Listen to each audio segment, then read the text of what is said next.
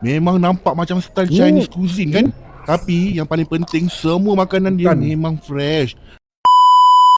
Orang kata kalau nak tahu seafood tu fresh ke tak payah tengok kat pinggan dulu. Tengok ni, apa yang masih berenang.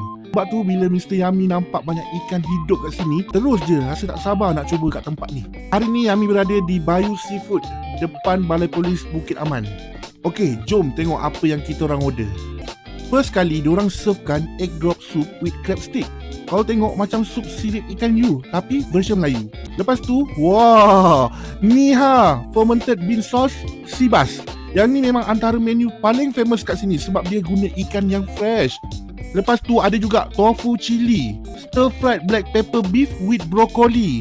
Yang ni pula kung pao Sichuan chicken. Yang besar ni pula tiger prawn buttermilk. Yummy yummy. Yang ni nama dia veggie tempura. Ini squid dry butter. Dan yang ini pula oyster omelette. Dia buat daripada oyster. Memang nampak macam style Chinese cuisine kan? Tapi yang paling penting, semua makanan dia memang fresh. Dan rasa dia memang padu. Sea bass tu korang memang wajib try tau kalau korang datang sini. Time nak rasa dia. Kita tengok. Bismillahirrahmanirrahim.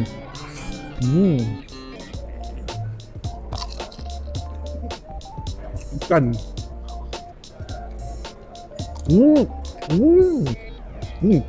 Rasa dia fresh lagi. Sangat-sangat fresh.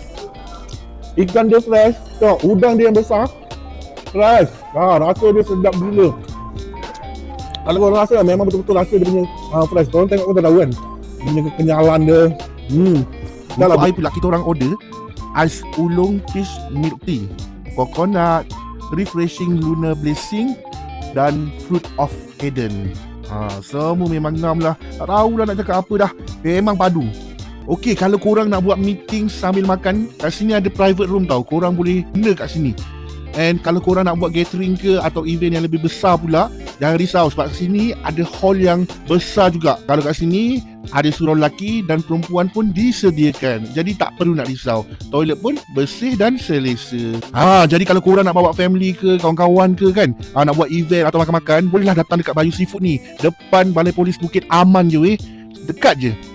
Walaupun makanan dia nampak premium, harga dia masih mampu milik tau. Makanan dia fresh and then portion dia memang banyak gila lah.